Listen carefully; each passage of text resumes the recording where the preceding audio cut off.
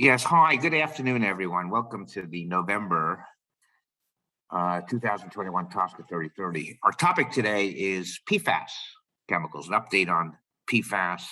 We have a sort of catchy title for you here. U.S. goes to war against forever chemicals.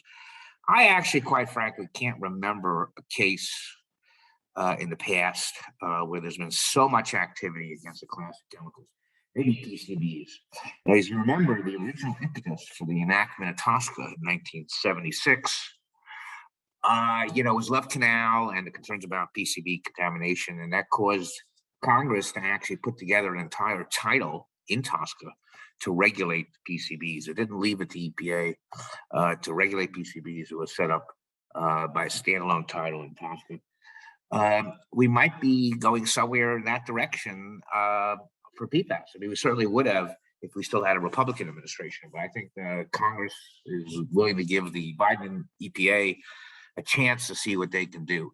I'm Herb Estreicher, and I've given a lot of these. I haven't been involved in these programs the last couple of months. I've been in Europe working on European matters. I'm now returned to traveling to Europe. I'm joined today by my colleague, David Fisher.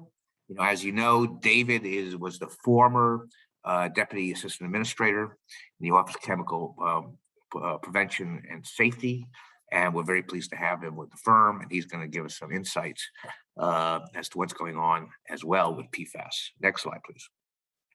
So we're going to talk about 5 topics today. First will be Congressional Action, what Congress is doing. The answer is quite a bit. EPA recently, this summer, issued the EPA PFAS roadmap, which spells out how the agency plans to regulate PFAS in a multi-tiered, multi-directional way. EPA has issued their National PFAS Testing Strategy. As you know, there is a proposed Section 8 rulemaking to require reporting for PFAS chemicals. David will talk about that. And there's also a Section 21 petition that's still pending from environmentalists asking EPA to require all kinds of testing on PFAS. So it'll be interesting to see what EPA does with that petition. Next slide, please. So what has Congress done? Well, I mean, fair amounts. So in the 116th Congress, Congress used the Department of Defense Authorization Bill, which is called the National Defense Authorization Act, or NDAA. They also used their appropriation bill authority to adopt PFAS-related programs and provisions. Congress included in the 2020 NDAA direction EPA to develop a process for prioritizing which PFAS or classes of PFAS should be subject to additional research effort. And EPA has been working on that direction from Congress. Next slide, please. They also, in the twilight of the Trump administration, passed appropriations spending package, which included $44 million appropriation to EPA for PFAS priority actions, which is a good thing, because EPA claims that they don't have sufficient funding to carry out their mission. However, when it comes to PFAS, they have a standalone budget item, $44 million appropriated by Congress to work on PFAS-related initiatives. It's not only congressional action. There's a huge amount of state PFAS legislation that's being enacted. I'll just mention a few of these. In California, AB 1200 bans PFAS in paper-based food packaging starting in 2023. It requires cookware makers to disclose the use of PFAS and other toxic chemicals in their products beginning in 2024. California also enacted AB 652, which bans the use of PFAS in products that are used by children, such as car seats and cribs, beginning in July 1, 2023. There's also plans in California by OEA to add PFAS to Prop 65, so pay attention to that. Maine, another state that's active in this area, has banned all, quote, non-essential, quote, intentionally added PFAS substances from state commerce by the year 2030, with the possibility of earlier sector-specific bans to be developed if necessary. Vermont Vermont enacted legislation that bans PFAS chemicals from firefighting foams, food packaging, ski wax, and carpet, rugs, and stain-resistant treatments. So a lot of activity at the state level, a lot of activity at the congressional level, a lot of activity at the EPA level. Next slide, please. So one thing EPA did is they issued their PFAS roadmap, which is to replace the Trump administration's PFAS action plan, which was widely criticized by environmental groups and by Democratic members of the Congress. And maybe David Fisher, when he gets to his segment, or after he completes his segment, might compare a little bit the Trump PFAS action plan with this EPA PFAS roadmap, and so tell us, how this Biden administration version is better, if it is. In any event, the core principles under the EPA PFAS roadmap is that the risks posed by PFAS demand that EPA attack the problem on multiple fronts at the same time, which is why I titled this presentation as EPA, U.S. goes to war against forever chemicals. So the problem is to be attacked on multiple fronts at the same time. So it's sort of a pincer movement. And so EPA must leverage the full range of statutory authorities to confront the human health and ecological risks of PFAS. Now, remember that EPA has a lot of different program offices besides TSCA, besides the Office of Chemical Safety and Pollution Prevention. We are going to only talk about TSCA during this presentation, but don't forget that there's the Clean Air Act office, and there's interest in developing air emission standards for PFAS. The Clean Water Office, and there's involvement in developing water quality criteria for PFAS. There's a Superfund office, and there is interest in developing a circular Superfund cleanup standard for PFAS and adding PFAS to the circular hazardous substances list. And there's also proposals to regulate PFAS under RCRA. So you're going to see Clean Air Act, the Clean Air Act office, Clean Water Act office, Superfund office, the Solid Waste office, and the TSCA office, all developing regulations in a kind of a pincer movement to regulate PFAS. And I've actually quite, as I said, never seen anything like this before. This kind of frenzy against the classic chemicals, but we have it. So what are the central directives of the PFAS roadmap? There are three of them. Research, which makes sense, because quite frankly, there's not a lot known about PFAS chemicals other than a handful of them. And then restrict, which basically means regulate, and then remediate contamination where it exists. So let's talk about two of these, because two of these are really central to EPA's TSCA mission. Next slide, please. So in terms of research, what the roadmap spells out 4 objectives. One is to build the evidence based on individual PFAS and define categories of PFAS to establish toxicity values and methods. And part of the testing strategy that we're going to talk about that is sort of part of that. EPA also issued or reissued their PFAS human health assessments. The Trump administration had issued one, and now EPA has come out. The Biden administration has come out with their own. Second objective is to increase the scientific understanding about PFAS.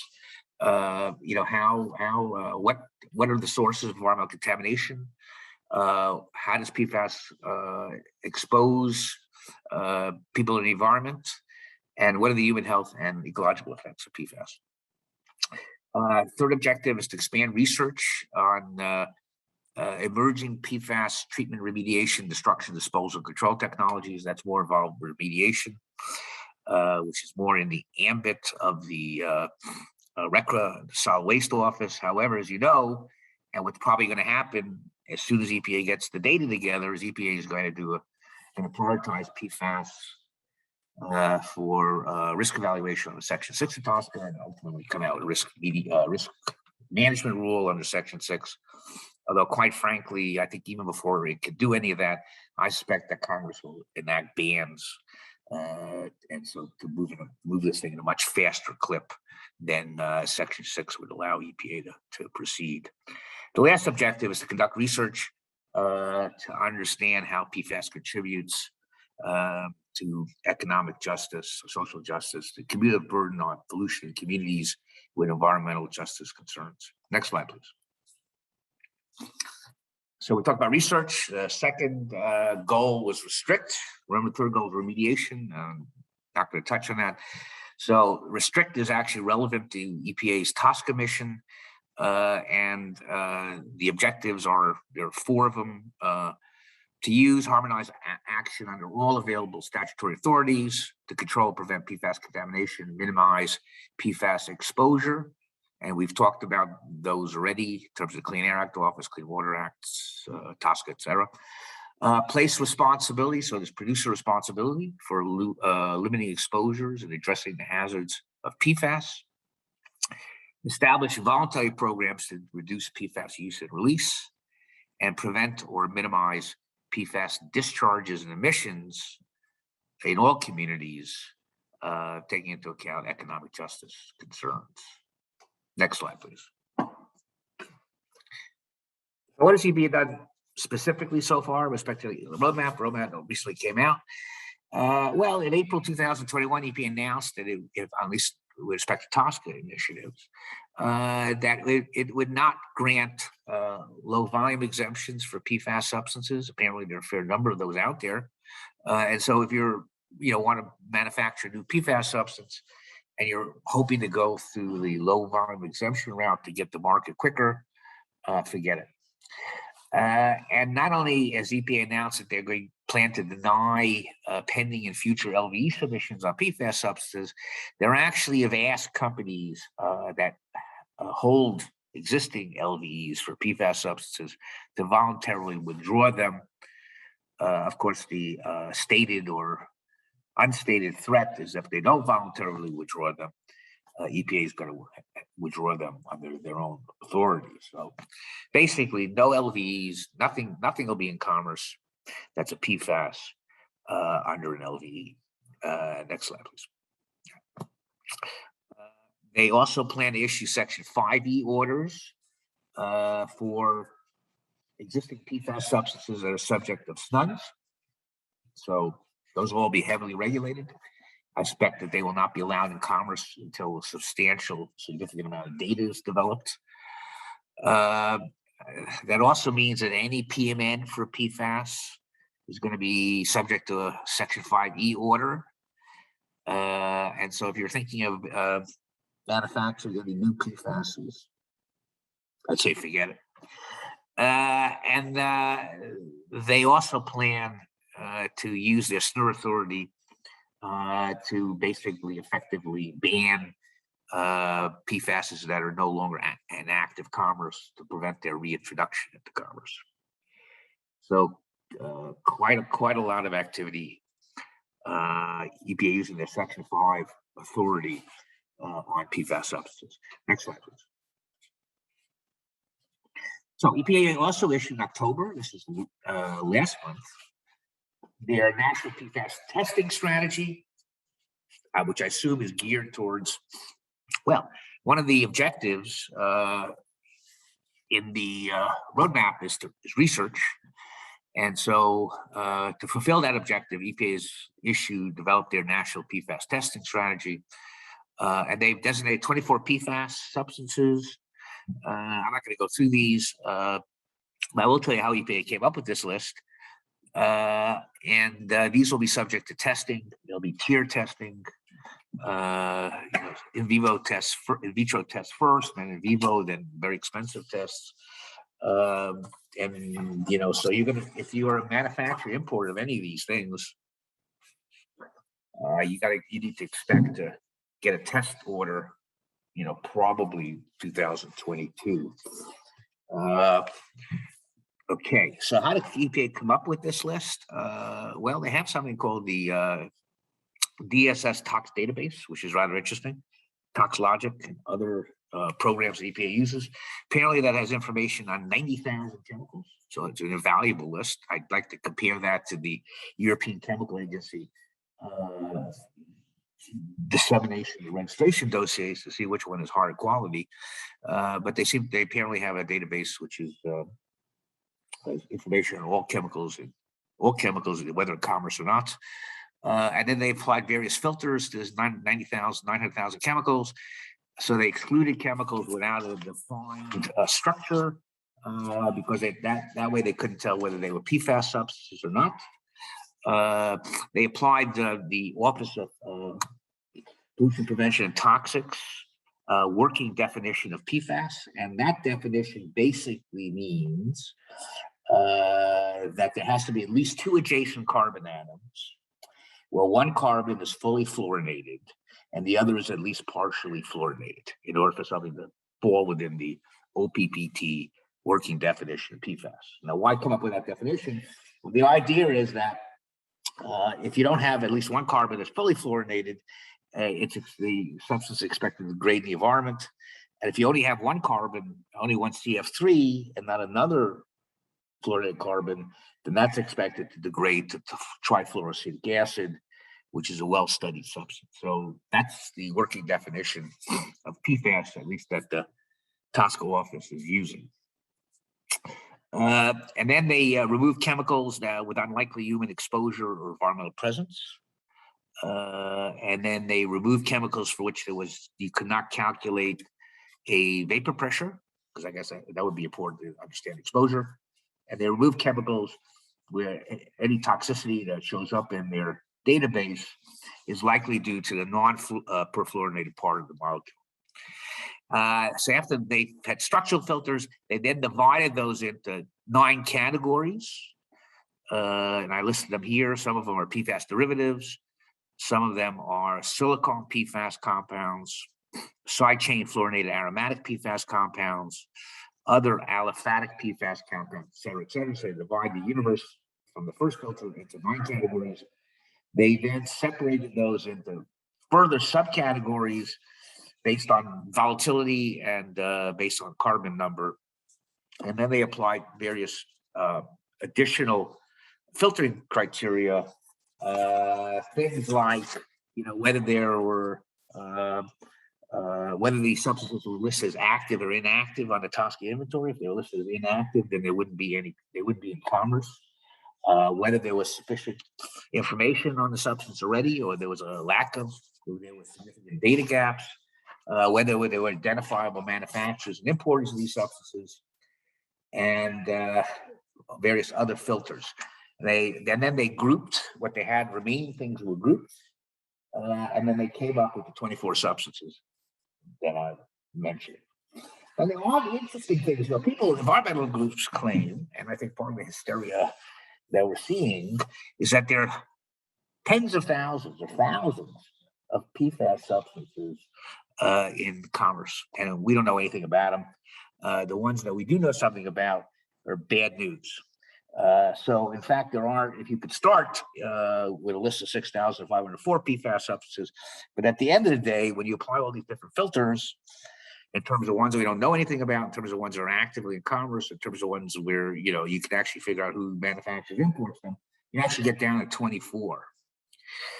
So I'll just put that number of 24 out there to help you put this all into perspective. So, for example, of the 1,927 PFASs that were in this category, other aliphatic PFAS, only 29 were active in the TSCA inventory. So it helps you put this into perspective. Next slide, please. I'm going to move this over to David. David? Thanks, sir.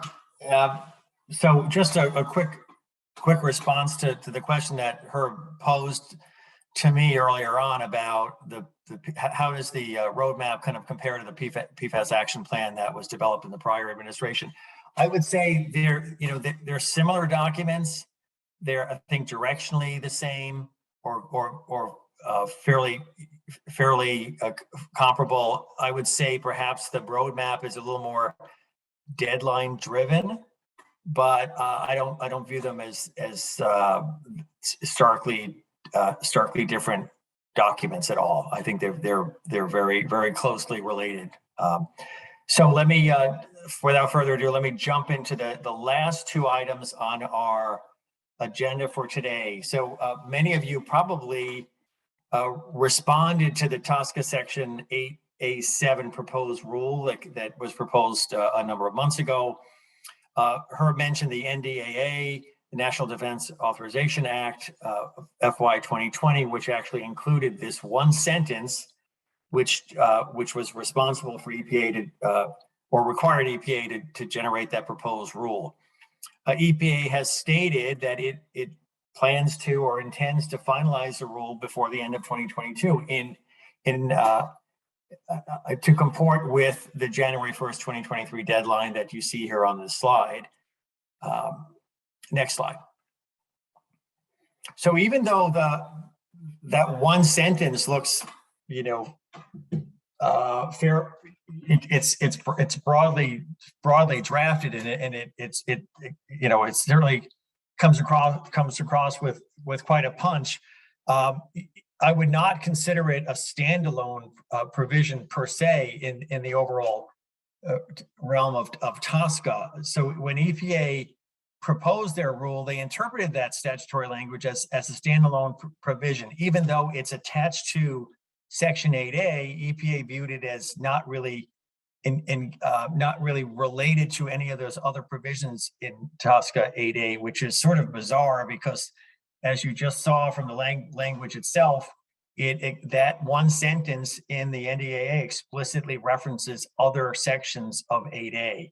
So it's clearly not a standalone provision, but EPA harped on that to basically exclude any of the standard reporting exemptions that many of you are familiar with. That is, exemptions for reporting if the PFAS is in an article, or the small business exemptions, and there are others. So EPA proposed a rule that did not embrace a single exemption, the same sorts of exemptions that you would be familiar with in the chemical data reporting rule and other rulemakings under TSCA. So as currently proposed, the rule would subject, frankly, an unquantified number of manufacturers. In particular, EPA did not quantify the number of small business manufacturers or importers that would be subject to the rule. And those folks would have to furnish an unprecedented amount of data.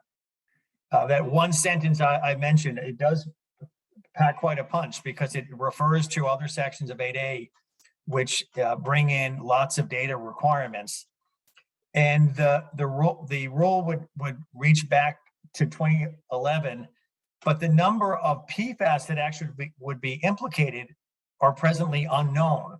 EPA provides CAS numbers and examples, but does not in the proposed rule provide a definitive list of PFAS that would be subject to reporting. Not unexpectedly, the proposed rule attracted a great deal of comments from really a large swath of affected stakeholders. A number of chemical companies wrote comments, as did many trade associations up the stream and down the stream in terms of various market sectors that would be implicated by the proposed rule. All of those folks commented, as did, importantly, the Small Business Administration had some very powerful comments, and environmental organizations, water utilities, and states were another segment of stakeholder groups that also provided comments to the rule. Next slide. So if we were sort of divided up into maybe three buckets, you'd have industry, you'd have SBA, and then you'd have ENGOs, states, and water utilities. So I went through a number of the comments, and just the things that sort of jumped out at me, I'm calling them comment themes. Not that every trade association embraced the same types of comments, but just sort of a cross section of the themes that jumped out at me. So, and this will no doubt resonate with a lot of folks who are on the call today. Many folks wanted EPA to apply the exemptions, the same exemptions I just mentioned. They wanted the scope of reportable PFAS to be winnowed down to in part, perhaps just those PFAS that are in commerce, which only number in the hundreds, not the thousands. The folks wanted a de minimis reporting threshold. Right now, the proposed rule provides no threshold. So any PFAS or any amount of PFAS would be reportable. Expand the time for reporting. EPA gives folks about a year. The rule would be effective after 6 months, and then folks would have another 6 months to actually gather the data and submit it. But given the breadth of what's required to be reported, many folks thought that was an inadequate amount of time. And then, of course, there was also the notion of phasing in reporting. Just because Congress said the EPA was supposed to issue the rule as final by January 1st, 2023, doesn't mean that EPA doesn't have the discretion to phase in the reporting. As long as the rule is out, reporting could take many, many years. And a phased-in approach so that EPA can deal with the data in a reasonable fashion as opposed to in bolus, which is how it's currently structured. Next slide. For E&GO, states and water utilities, there was a fair amount of commonality between those comments. Folks were generally supportive of the rule, and many folks wanted EPA to actually expand the definition of PFAS, that working definition that Herb mentioned, to reflect the OECD definition, which basically says if you have one fluorinated carbon, that meets the definition.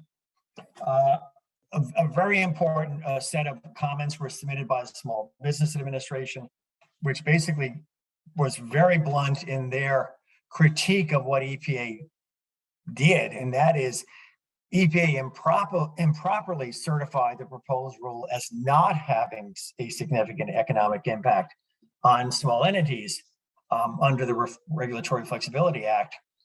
There's no question that is an accurate statement, because EPA was not even able to quantify the number of small business entities that would be impacted by the rule. So there's no way they could legitimately and rationally certify the rule, but they did.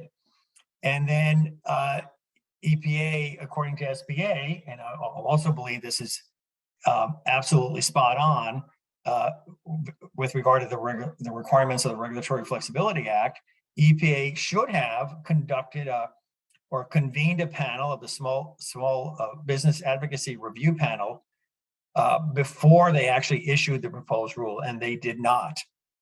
Now, how EPA will reconcile what they did with the SBA comments along with the other comments I just mentioned remains to be seen. But if EPA does in fact convene a regulatory review panel, or rather a small business advocacy review panel, it may be that EPA will not meet that January 2023 deadline that I mentioned earlier, but that remains to be seen. Next slide. So we only have a few minutes left, so let me quickly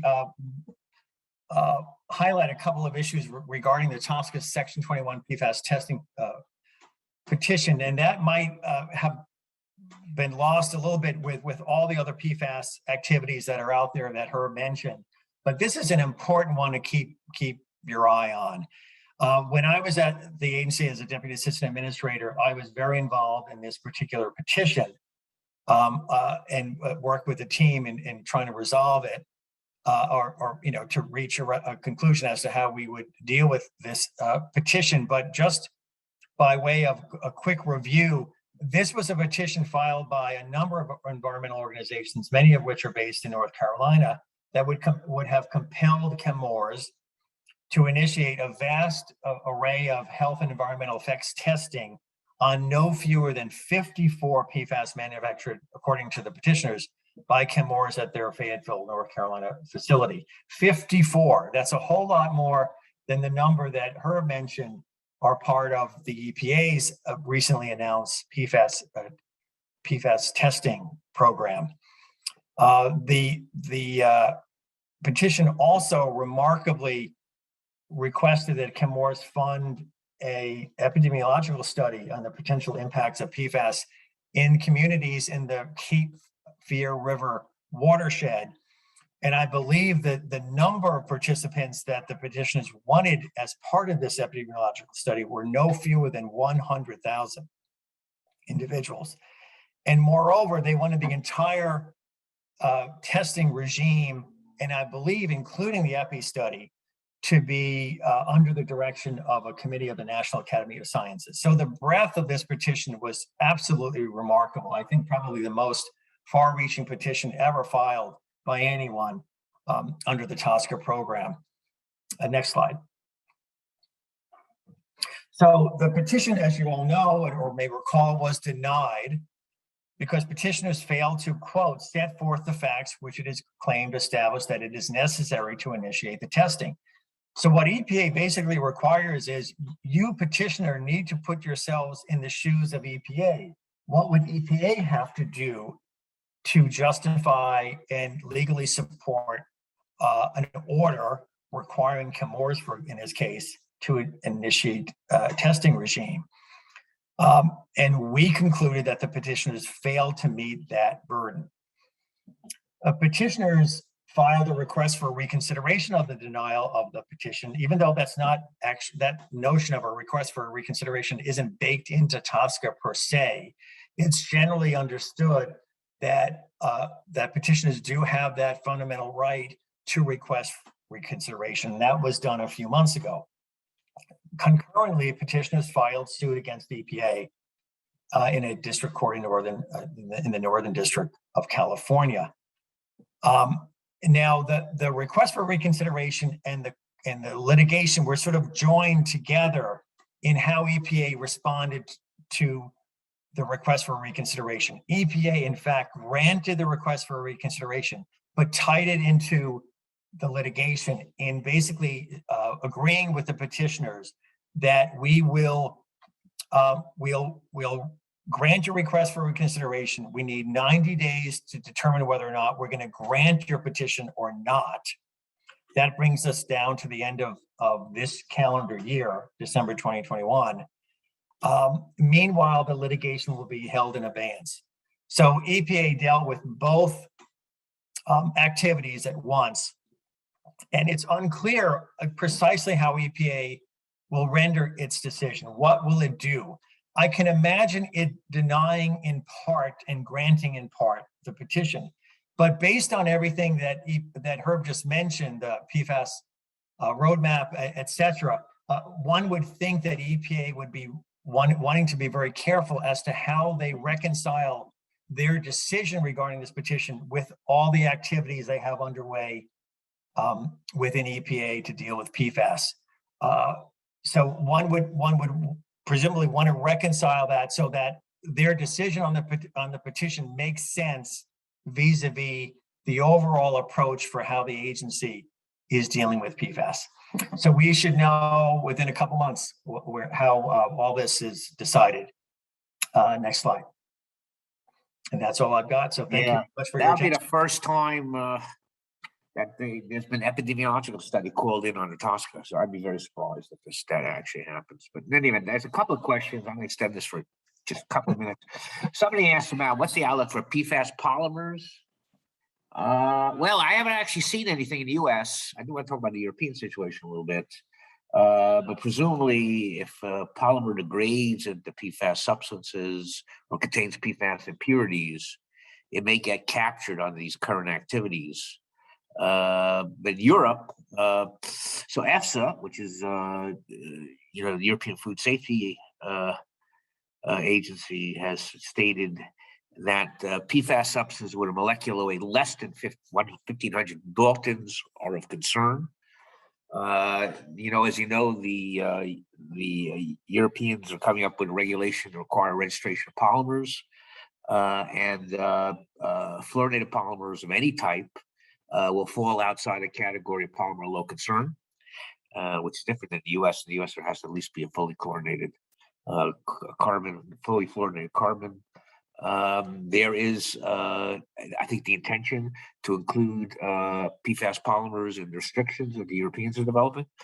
I think you could probably see things with respect to PFAS polymers in the U.S. at some point, but that's not the focus right now, at least not at the EPA level. although it may be at state level. That was the only one that I had. I mean, I think everything else is pretty straightforward. Next slide, please.